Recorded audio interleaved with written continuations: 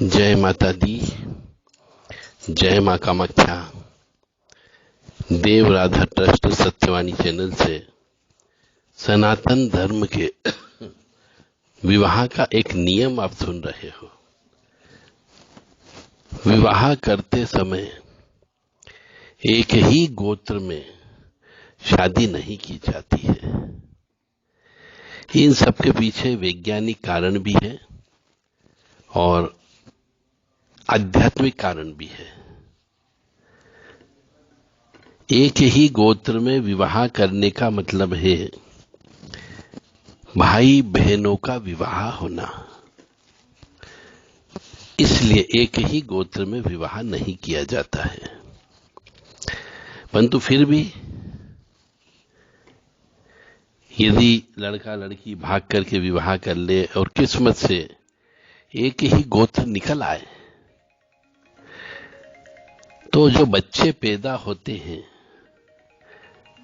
वो बच्चे विकलांग बच्चे पैदा होने की समस्या ज्यादा उत्पन्न हो सकती है।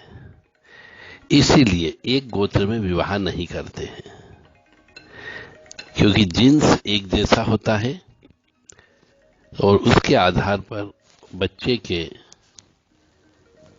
शारीरिक रूप से विकलांगता की संभावना बहुत ज्यादा बढ़ जाती है। इसलिए एक गोत्र में विवाह नहीं किया जाता है। जय माता दी। जय मां कामाख्या। एक गोत्र में विवाह करने का मतलब है शादी के बाद में कई बार बच्चे पैदा नहीं होते हैं और यदि हो गए तो बच्चे बड़े होने पर मर जाते हैं। इसीलिए एक गोत्र में विवाह नहीं किया जाता है।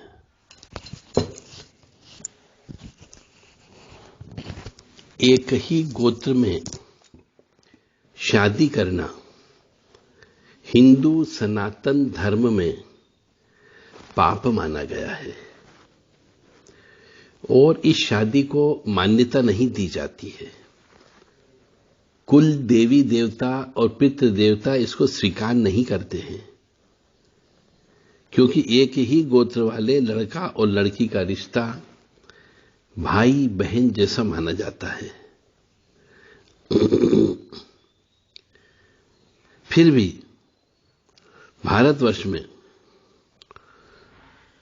7 पीढ़ी लड़के की तरफ से और लड़की की तरफ से 5 पीढ़ी तक परिवार की उच्चतम सीमा देखी जाती है और सामान्य अवस्था में लड़के की तरफ से 5 पीढ़ी और लड़की की तरफ से 3 पीढ़ी की सीमा होती है। और निम्नतम सीमा की बात करें तो लड़के की तरफ से 3 पीढ़ी और लड़की की तरफ से 1 पीढ़ी की निम्नतम सीमा होती है।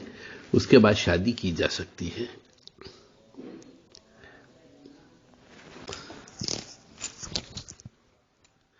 अब लड़का लड़की दोनों की एक ही गोत्र है और विवाह करना चाहते हैं तो जो हमने ऊपर उपाय बताए आपको कि लड़का और लड़की के 7 पीढ़ी तक के पूर्वज एक दूसरे के भाई नहीं रहे हो तो विवाह किया जा सकता है। सनातन धर्म के अनुसार 7 पीढ़ी तक एक ही परिवार माना जाता है। ऐसी स्थिति में आपस में विवाह नहीं किया जा सकता।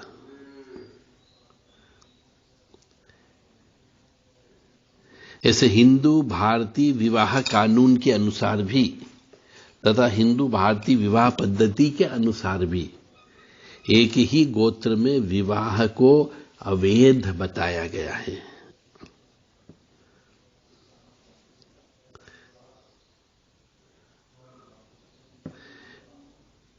क्योंकि भाई बहन विवाह नहीं कर सकते, इसलिए सेम गोत्र में शादी नहीं की जाती है। अब गोत्र का चेकिंग कैसे करें, इसके लिए भी नियम बनाए गए हैं। भाई बहन माने जाते हैं एक गोत्र होने के कारण शादी की बात करना को हमारे यहाँ पाप मानते हैं। यही कारण है कि 3 गोत्र छोड़ करके शादी करने की बात की जाती है। तो पहला गोत्र तो स्वयं का गोत्र, वो छोड़ दो। दूसरी जो मां का गोत्र था उसको भी छोड़ा जाता है, और फिर दादी का जो गोत्र था उसको भी छोड़ा जाता है, और जो नानी का गोत्र था उसको भी छोड़ा जाता है। एक ही गोत्र में शादी होने पर गुण सूत्र एक जैसे हो जाते हैं, तो बच्चे के आनुवांशिक बीमारियां बहुत जल्दी उत्पन्न हो जाती हैं, संतान में अवगुण पाए जाते हैं। इसलिए एक ही गोत्र में शादी नहीं की जाती है। और गोत्र शब्द का अर्थ वंश, कुल। गोत्र प्रणाली का मुख्य उद्देश्य किसी व्यक्ति को उसके मूल प्राचीनतम व्यक्ति से जोड़ता है।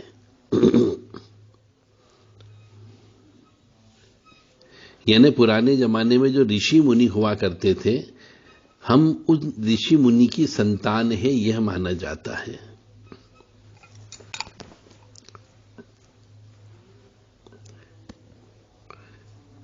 पुराणों के अनुसार और स्मृतियों के अनुसार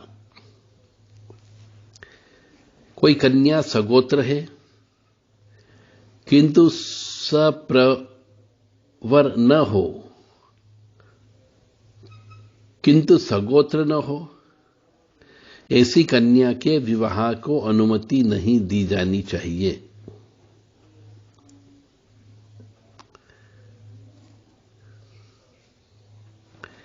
गोत्रों की संख्या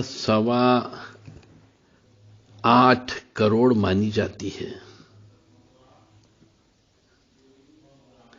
इतनी गोत्र हैं, परंतु 8 गोत्र मुख्य है। इसमें मनु स्मृति कहती है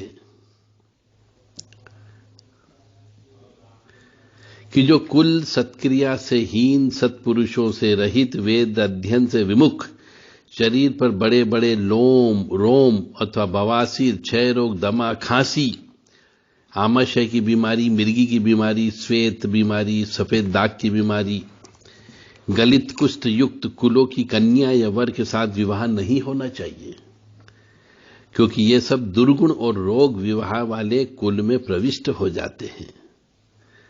यानी सफेद दाग जिस स्त्री को हो उस स्त्री से विवाह नहीं करना चाहिए। जिस स्त्री को दमा की बीमारी हो, टीबी की बीमारी हो, उस स्त्री से भी विवाह नहीं करना चाहिए।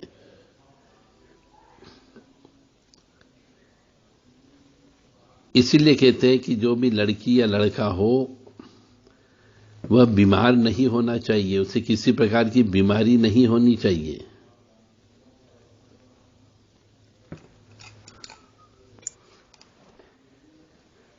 यदि कोई ब्राह्मण समान गोत्र की कन्या से विवाह कर ले तो वह ब्राह्मण तत्व से मुक्त हो जाता है, तथा उनके जो पुत्र पुत्री उत्पन्न होते हैं वह चांडाल पुत्र व पुत्री उत्पन्न होने की बात यहां पे कही गई है धर्म सूत्र के अनुसार। तो जानबूझकर सगोत्री कन्या से विवाह करने वाला जाति से त्याग दिया जाता है, ऐसा ये शास्त्र कहता है।